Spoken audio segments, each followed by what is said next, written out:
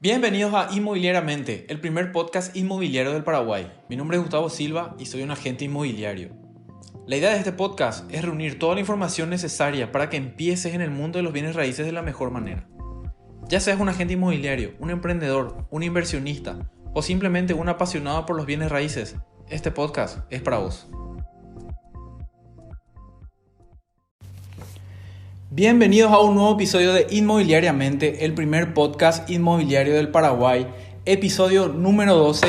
Y en esta ocasión tengo una invitada muy especial y vamos a hablar sobre muchas cosas, sobre urbanismo, sobre desarrollo, sobre la importancia de hacer un análisis previo, etcétera, en un desarrollo inmobiliario.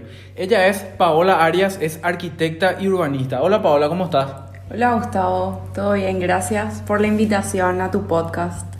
Gracias a vos por venir, por estar acá. Y es simpático porque en realidad estamos en tu casa. Gracias a vos por venir a mi casa a entrevistarme. Sí, verdad, es muy simpático eso. Bueno, Pau, contanos un poquito sobre vos. Queremos saber quién es Pau Arias y sobre tu experiencia, sobre Urban Lab, qué haces, cómo te formaste. Bueno, yo soy arquitecta de profesión, estudié acá en la Universidad Americana, hice prácticamente toda mi carrera, 7 años en construcción, en proyectos, siempre trabajando para terceros, para constructoras importantes, y llegó un momento en mi carrera en que hago un corte y digo, bueno, quiero hacer una maestría, entonces me voy a estudiar a Inglaterra, a la Universidad de Kent, y escogí una maestría en urbanismo, en diseño urbano específicamente, porque el urbanismo tiene distintas ramas, Claro. Algunas que van más por la planificación, por la parte legal, y diseño urbano se enfoca justamente solamente en la parte de diseño, digamos, a gran escala. Claro, bueno. ¿Y cómo fue que hayas decidido estudiar diseño urbano? O sea, ¿cómo pensaste vos que ibas a poder implementar lo que lo que ibas a aprender en este mercado? O sea, ¿pensaste que ibas a aplicarlo esto acá o ya te ibas como para no volver? No, realmente sí, siempre pensé vi que Asunción tiene mucho potencial porque estando en la universidad, por ejemplo, empecé a investigar sobre urbanismo y ahí conocí experiencias como la de Medellín, como las de Curitiba, ciudades que tienen la misma escala de Asunción, de 2 millones de habitantes a Gran Asunción, por ejemplo, y tenían problemáticas incluso mucho más difíciles de enfrentar. El caso de Medellín, que estaba lleno de carteles, la violencia Claro. era extrema. Entonces, realmente hay ciudades que tuvieron muchísimo peor realidades, digamos, que nosotros. Entonces dije, bueno, si estas ciudades lograron salir de eso, nosotros tenemos futuro. Es cuestión de ver la forma. Y me voy un poco con ese optimismo, ¿verdad? De aprender y traer y replicar experiencias que podemos implementar acá. Claro, te fuiste como con un objetivo definido ya y como con una misión, ¿verdad? Sí. De que tenías que cumplir tu deber. Bueno, Pau, y contame qué estás haciendo ahora, cuáles son tus proyectos actuales.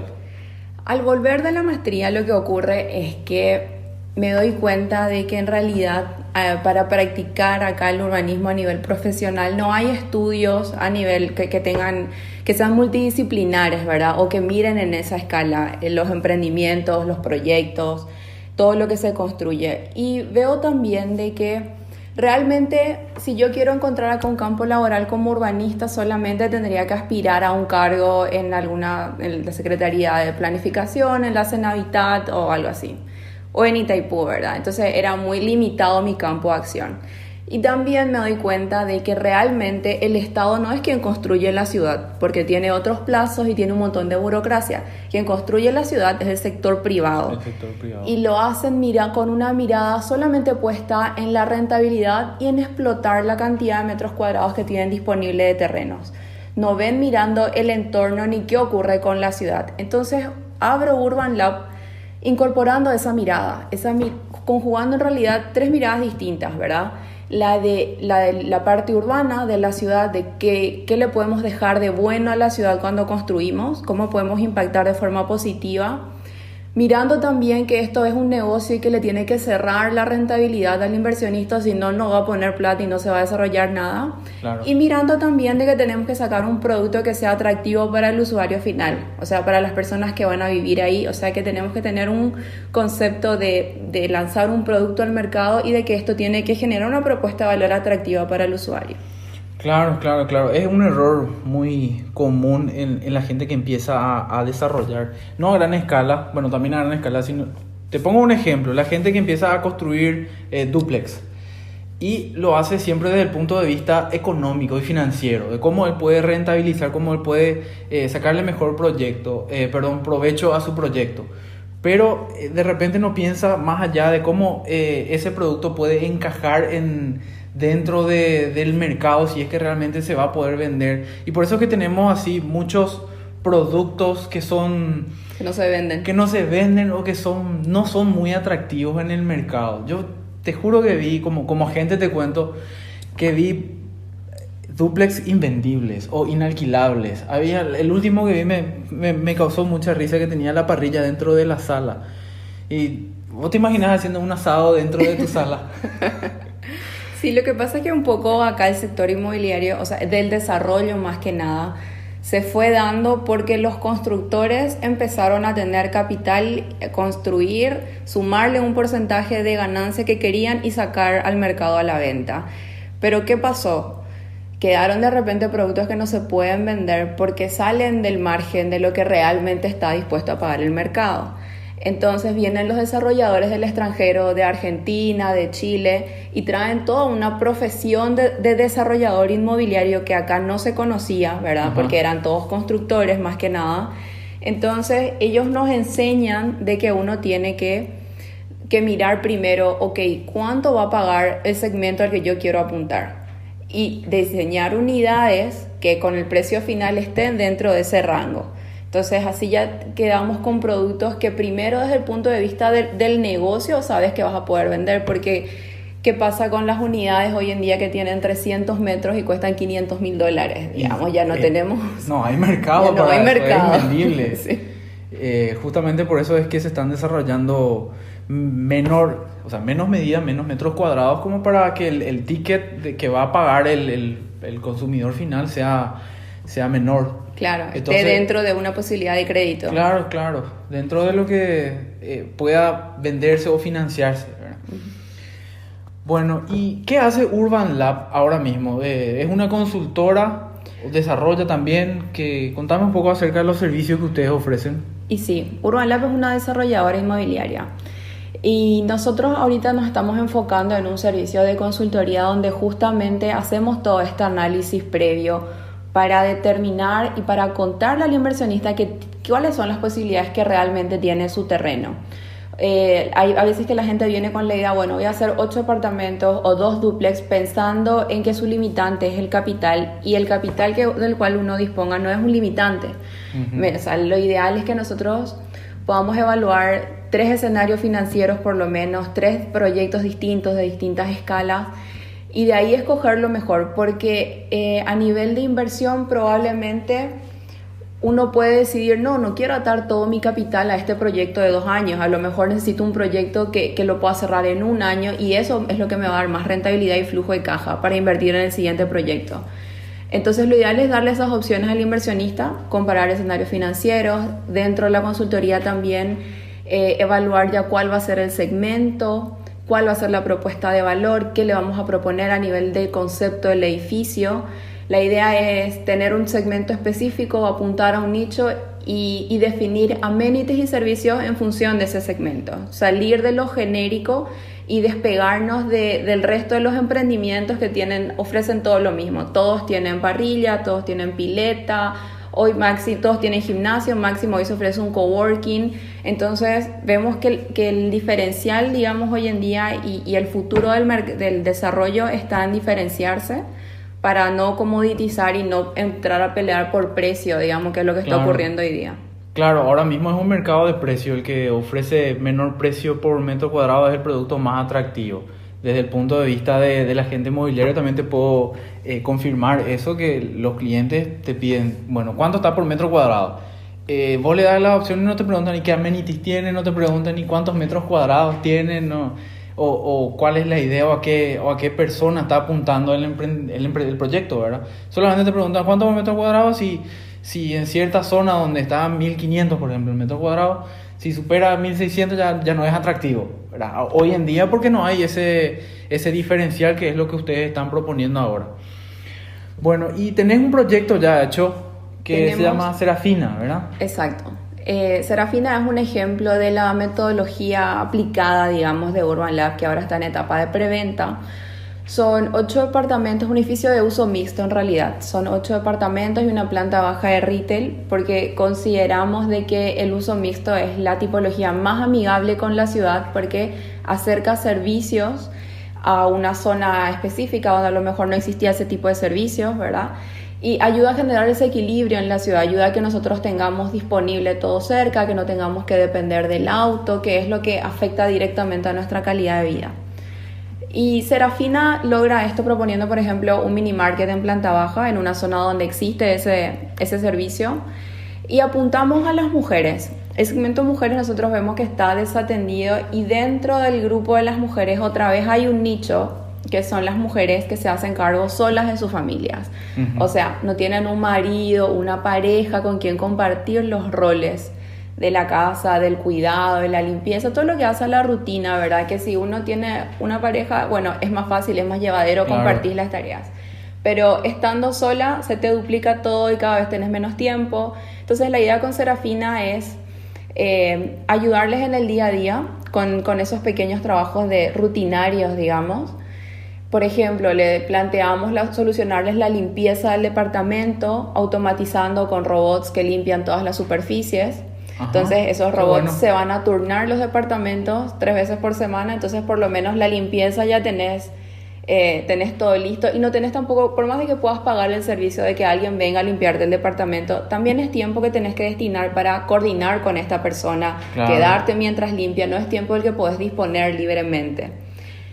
Entonces, pasa a veces no viene, a veces llueve y claro, son tiempos que de repente se pierden, ¿verdad? Y esa es una solución que Serafina aporta, además de los metros cuadrados o sea, no solamente vende un departamento o metros cuadrados, sino ofrece una solución, eso es lo que iba a decir. Sí, exacto. También tenemos disponible la lavandería con los equipamientos, con secadora, con lavarropa. Entonces también son cosas que si te mudas a Serafina ya no tenés que comprar, por ejemplo. Ya no tenés que comprar una secadora, ya vas a tener todo en un 6º piso. Y el mini market en planta baja, que también te ahorra un montón de horas en las que tenés que subirle a tus criaturas, manejar media hora hasta el hiper, ¿entendés? Claro. Pasearte ahí 2 horas hasta encontrar todo. Tenés por lo menos 3 horas para destinar en el supermercado que te vas a ahorrar si tenés en la planta baja un mini market. Claro, sí, yo me imagino. Bueno, no es mi nicho, o sea, no soy parte del nicho, digamos, pero sí, me gustaría tener un mini market en la planta baja de mi departamento como para ahorrarme muchas cosas, ¿verdad? Pero también sos parte del segmento, digamos, porque Serafina también piensa en las mujeres que están con pareja y familias, ¿verdad? Porque hoy en día en la logística de la familia normalmente se da que los varones pasan todo el día en la oficina o viajan mucho por el trabajo, entonces oficialmente a cargo de la logística están las mamás, ¿verdad? Entonces la idea un poco es también ayudarles a todas, no es necesariamente que mujeres claro. Sin familia, ¿verdad? No sin pareja. No, para todas. Bueno, Pau, ¿y dónde queda? Contame más sobre Serafina antes de pasar a lo que queremos hablar. ¿Dónde está ubicado Serafina? Serafina va a estar en la zona de Luque, en la zona de Curva Romero, sobre la calle Felipe González, que es una faltada que entra directamente de Curva Romero, de la ruta general Aquino. Está en una zona súper alta, súper linda, residencial, a cuadras del condominio Boulevard. Estamos súper bien ubicados. Y vamos a salir, o sea, ya salimos de hecho a la preventa a $79,500 para los departamentos de 2 dormitorios, 2 baños y 75 metros cuadrados propios. Y también por esta etapa de preventa estamos regalando la cochera. Eso es muy importante porque normalmente los departamentos no vienen con la cochera incluida, salvo pocas excepciones, y se tiene que pagar de forma adicional y normalmente cuesta entre entre aproximadamente 1.000 dólares por metro cuadrado, perdón. Y es un costo importante, ¿verdad? Que no se tiene en cuenta.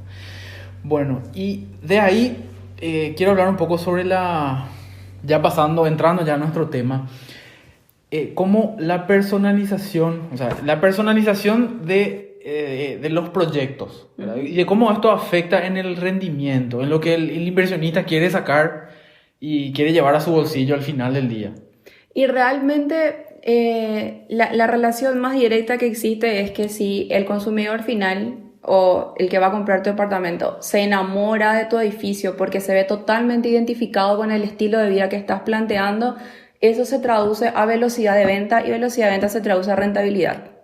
Esa es la ecuación más sencilla. Claro. Y es algo que mucha gente que desarrolla no tiene en cuenta, que solamente saca el costo, el beneficio, y no tiene en cuenta el tiempo en la ecuación. Sí. Y el tiempo es un factor demasiado importante, porque no es lo mismo recibir, o sea, vender todo en un año que vender todo en 3 años. Y entonces la personalización nos ayuda a aumentar la velocidad de venta. Eso es muy importante. ¿Y qué es personalización realmente? ¿Cómo podemos definir personalización de un proyecto inmobiliario? Y así como en el caso de Serafina, que nosotros le hablamos a un segmento específico, nos encargamos de analizar este segmento y pensar en cosas que realmente le van a ser útiles, ¿verdad? Si yo pienso entonces en mi segmento, que son las mujeres, pienso en que les puedo ayudar facilitando la limpieza, la logística, la ubicación también es importante, pues tienen que estar en una zona segura y residencial, todo lo que hace a su día a día. Entonces pienso también en función de no solamente los metros cuadrados de amenities que le puedo poner arriba del edificio, sino en términos de servicio. Por ahí esa es un poco, la gente piensa muy dentro de la caja todavía porque cree que amenities es solamente metros cuadrados que vos destinás al uso común. Y no, podés generar a lo mejor alianzas con marcas, con gente que te va a proveer ciertos servicios, todo para generarle una propuesta de valor interesante al que va a vivir ahí, ¿verdad? Entonces, todo lo que hace, toda esta propuesta de valor que va a englobar la marca, eso es el concepto, digamos. Serafina está pensado desde el nombre para transmitir algo. O sea, el nombre incluso está en función de una ícono de nuestra historia que fue Serafina Dávalos. O sea, es un personaje histórico con el cual se puede representar, identificar, mejor dicho, nuestro segmento. O sea, todos los elementos del branding, de la marca, de los mensajes de marketing y de la propuesta de valor, fundamentalmente, todo eso hace la conceptualización del edificio. Para eso hay que conocerla al segmento. Claro, es muy importante y muy interesante lo que mencionas. Y quiero resaltar un punto en el que hablas sobre los amenities, que mucha gente, como vos decís, mucha gente piensa que los amenities son quincho, piscina, parrilla y ya está. Uh-huh. Y sin embargo, en una conversación que tuvimos el otro día, creo que hablamos sobre que el amenity no solamente son metros cuadrados, sino es, así como dijiste, el servicio, es algo... ¿Cómo podemos definir mejor eso? Que es algo... Servicio. Es un servicio. Claro, y por ejemplo, el mini market no es un espacio común donde la gente va a ir a pararse o sentarse ahí, ¿verdad? Es un servicio, pero funciona como amenity porque le estás trayendo una solución a las personas que viven en el edificio. O puedo, por ejemplo, algo que estamos barajando, ¿verdad? Generar alianzas comerciales con otro tipo de servicios que tengan que ver con nuestro segmento. A lo mejor puedo generar unos vouchers o un tipo de membresía con spa, con peluquerías, con servicio de niñeras, con algún servicio de mantenimiento que vengan a hacerte los pequeños arreglos, cambiarte los focos, limpiarte el aire. Servicios, ¿me entendés? Claro. Y servicios son cosas que te solucionan la vida, pero sin embargo no sacrifico metros cuadrados ni pongo más dólares en mi edificio para conseguir esos beneficios para los usuarios. Eso es algo muy importante y me gustó lo que dijiste el otro día, que la ciudad es el amenity, ¿te acuerdas? También, porque si estás bien ubicado realmente y tenés a 3 o a 5 cuadras, tenés un shopping, tenés un gimnasio, tenés bares, tenés restaurantes, tenés gimnasio, tenés spa, ¿para qué vas a poner todo eso arriba del edificio? O sea, estás teniendo nomás un gasto extra si lo tenés a 2 cuadras, digamos. Claro, en vez de construir un gimnasio de alta gama, podés ver una alianza con un gimnasio que esté a 1 cuadra y Y claro. y trabajar de esa forma, ¿verdad? Eso es muy interesante, algo que todavía no estamos implementando mucho. Son pocas o casi escasas las marcas o los proyectos que hacen ese tipo de alianzas, ¿verdad? La verdad que no se me ocurre ninguna como para poner de ejemplo. Me comentaste una en Encarnación, que En está al lado de un Encarnación, club. tenés razón. Un ejemplo lindo. Es un proyecto que tengo con un amigo que lo voy a invitar más adelante también al programa. Es un proyecto que está en Encarnación, que está pegado a un club. Entonces, las personas que adquieren los departamentos tienen también incluida la membresía al club. Entonces, se pueden bajar del departamento, ir a pasear, a trotar en el club, etcétera. O sea, Una genialidad. No tenés que construirle todo arriba del claro, edificio. no tenés que construir un club arriba. Exacto. El club ya está en la ciudad. Sí. Bueno, y pasando al siguiente tema, sobre los aspectos importantes que tiene que tener un inversionista, o sea, que tiene que tener en cuenta un inversionista para desarrollar proyectos rentables. ¿Cuáles son esos aspectos? O sea, ¿en qué se tiene que preocupar el inversionista para que tenga mayor rentabilidad su proyecto? Y principalmente yo creo que hay que invertir en la planificación. O sea, antes de entrar a los detalles de cuántos metros va a tener cada departamento y todo eso, hay que planificar, como te comentaba, evaluar cuáles son los distintos proyectos que pueden entrar en tu terreno, porque pueden coexistir diferentes tipos de proyectos, pueden ser dúplex, pueden ser edificios de 8 departamentos o edificios de 30 departamentos. Y todos esos son proyectos y escenarios muy distintos a nivel de inversión, de plazos, de ciclos. Entonces, bueno, primero analizar la parte urbana, analizar el mercado, cuánto se paga el metro cuadrado en tu zona, analizar qué ofrece la competencia, armar estos distintos escenarios, ¿verdad? Y obviamente pensar cuál es más rentable para vos y ahí recién con ese proyecto elegido, después de todo este análisis previo, pasar a la etapa de anteproyecto. La etapa de diseño de proyecto arquitectónico viene mucho después de todo este análisis que hay que hacer. Así mismo. Y acá lo que ocurre es que como como la construcción genera demasiados ingresos en nuestro país, da demasiado trabajo, hay muchos constructores que de repente no tienen en cuenta estos análisis y hacen lo que mejor saben hacer, que es construir. Entonces tienen el capital, tienen el terreno y levantan un edificio sin hacer todo ese análisis y muchas veces no son totalmente absorbidos. Es lo que hablamos al principio. Y para seguir con el tema de los análisis, ¿qué es un análisis? O sea, análisis del contexto urbano tengo anotado acá. ¿Qué es el análisis del contexto urbano? Esa es una etapa donde nosotros miramos a la ciudad a gran escala o el barrio, la zona donde tenés el terreno para desarrollar. Y lo que vemos, por ejemplo, son las tipologías que hay disponibles, vemos qué tipo de servicios hay y qué tipo de servicios no hay para nosotros proponer esas soluciones. Analizamos, como te decía, los precios, los tamaños, las escalas, y vemos sobre todo, pero más que nada no nos enfocamos en eso, en la parte de los servicios y cómo nosotros podemos aportar, ¿verdad? Porque ese es el fin y la misión de Urban Lab, ¿verdad? Generar ese impacto positivo en el entorno. Entonces miramos eso y luego también ahí complementamos con la parte de mercado y los precios. Y todos estos parámetros, porque al analizar a cuánto vende nuestra competencia, vemos, bueno, se vende en un rango entre $1,200 y $2,000 el metro cuadrado, por ejemplo. Entonces de ahí sacamos un parámetro nosotros para plantear nuestro escenario financiero. Decimos, ok, si vendemos a 1,200, nos situamos en el mínimo, obviamente. Si somos rentables con el precio mínimo, quiere decir que con todo lo que le agreguemos de propuesta de valor, tenemos un rango otra vez para arriba para jugar con el precio, ¿verdad? Entonces, ahí en nuestro escenario financiero tomamos ese dato y planteamos cuánto va a ser nuestra inversión, nuestro precio de venta y lo que todos queremos saber, nuestra rentabilidad. Claro. Y lo interesante es que nosotros todavía no estamos hablando de ningún proyecto, no estamos hablando todavía no hicimos, no nos imaginamos todavía el edificio. Estamos haciendo todo el análisis de comportamiento, digamos, de... Sí, igual miramos a nivel esquemático ya cuáles serían las tipologías aproximadas, porque tengo que cuantificar en esa etapa cuántos metros cuadrados se van a construir. Entonces, por ejemplo, ya miramos si en esta zona a lo mejor vemos que hay un déficit de tipología de 2 dormitorios, 1 dormitorio o 3. Entonces ya empezamos a jugar con ese mix, digamos, de tipologías y vemos. Claro. Pero todo a nivel esquemático. Recién uno entra en detalle en el anteproyecto, que es una segunda etapa. Totalmente. Bueno, y para pasar a la siguiente etapa, tengo notado algo muy interesante que hablamos antes de grabar, que dice: antes de desarrollar un proyecto inmobiliario, tenés que pensar como marketero primero.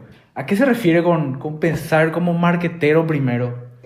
Lo que pasa es que nosotros vemos que el desarrollo inmobiliario, el edificio, o sea, más que la profesión de sí, el edificio hacemos una analogía, es como una empresa, es como una startup y es como un producto. Uh-huh. Una empresa tiene los departamentos de producción, de ventas, de marketing.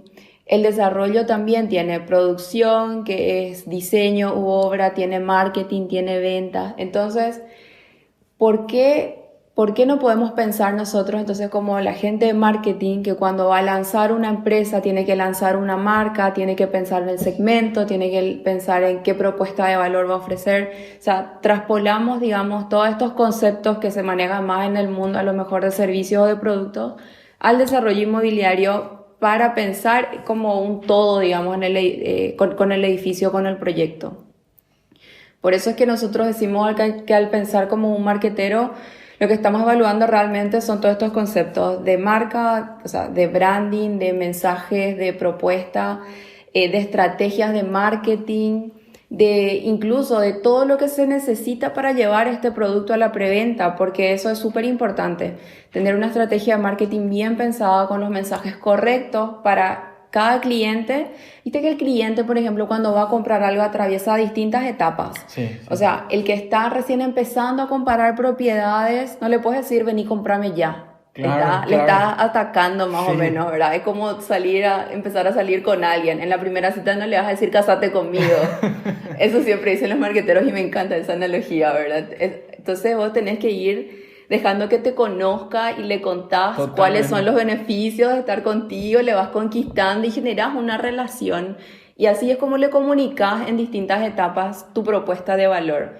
Hasta que al final de ese relacionamiento le decís, bueno, comprame, costamos tanto, ¿verdad? Pero hay toda una estrategia a nivel de comunicación y a nivel de tipos de mensaje para atender a cada etapa en la que se encuentra el cliente en su proceso de compra.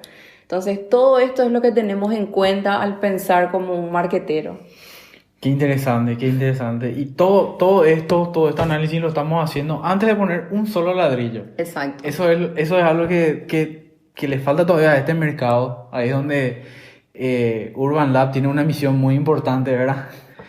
Bueno, para continuar, algo que me gusta mucho hablar es sobre nichos de mercado. Siempre hablo sobre nichos de mercado en cualquier contexto. Y esta no va a ser la excepción. Definí tu nicho antes que tu concepto. Claro. Antes de que me expliques esa frase, quiero que me expliques primero qué es el concepto. Ya hablamos previamente, solamente para cerrar lo que es un concepto en desarrollo inmobiliario. El concepto es entonces todas las características particulares que tiene un edificio y que están apuntadas a este segmento en particular. O sea, todo lo que hace a la marca y a la propuesta de valor, los mensajes marketing, todo eso es el concepto del edificio. Y tiene que hablarle a un segmento en particular, porque no le podemos hablar a todo el mundo, sino caemos en ser genéricos, digamos. Claro, todólogos, como yo le digo. Exacto. Y no le podemos vender a todos. El que te dice que hay un producto que se le puede vender a todo el mundo se equivoca. Y en desarrollo inmobiliario tampoco no es la excepción. No podemos, por ejemplo, ofrecerle un departamento monoambiente a una familia que tiene 3 chicos y otra vez que la niñera se tiene que quedar todo el tiempo. No tiene sentido eso. Claro. O viceversa, ofrecerle un monoambiente, un departamento de 3 habitaciones a una persona que vive sola y que viene a trabajar nomás y luego se va a su casa de de fines de semana, ¿no? Claro, siempre estamos segmentando, ¿verdad? Segmentamos por edad, segmentamos por nivel socioeconómico, por precio, todas esas son formas de segmentar. Pero eso no nos lleva todavía a un nicho, porque un nicho es como un grupito de gente más específico dentro de ese segmento, porque podemos segmentar personas solteras o personas que viven solas, ¿verdad? Para ofrecerle un monoambiente. Y después podemos segmentar por estilo de vida otra vez dentro de ese segmento y vamos a ir encontrando el nicho. Por ejemplo, solteros o divorciados mayores de 45 que viven solos, ¿verdad? Entonces ahí ya podemos pensar a lo mejor en cosas particulares de su estilo de vida. Ok, ¿qué tipo de necesidades tiene una persona ya de 45 años que vive sola? Va a ser distinta a las necesidades o a los intereses que tiene un joven de 22 años que vive solo. Claro. El nivel de lujo, de terminaciones, de espacios de confort va a ser distinto. Y ahí es donde estamos encontrando un nicho, ¿verdad? Es un grupo de personas que tiene características similares y nosotros diseñamos exclusivamente para ellos. Ya, totalmente. Y tiene en nuestro mercado, tiene cabida hacer proyectos así, con nichos definidos, porque hasta ahora todo lo que vemos son iguales. O sea que ¿vos crees que es momento de empezar a enfocarnos más en los nichos? Sí, de todas formas. Yo creo que esa situación de que todos son iguales ya le lleva a tu cliente a preguntarte, bueno, y después, ¿cuál es la diferencia? Los otros 3 departamentos que me mostraste también tienen quincho, tienen pileta, ¿por qué debería comprar este y no los otros, digamos? Sí, y al final ahí es donde ocurre esa pelea por precio. Uno cuesta $1,000 menos o uno cuesta $2,000 más. Y nosotros no estamos vendiendo soja ni carne, estamos vendiendo ítems o espacios, estamos vendiendo productos premium, ¿verdad? Nada cuesta menos de $50,000 en promedio. Entonces no podemos pensar como si estuviéramos comercializando commodities. Tenemos que darle un plus.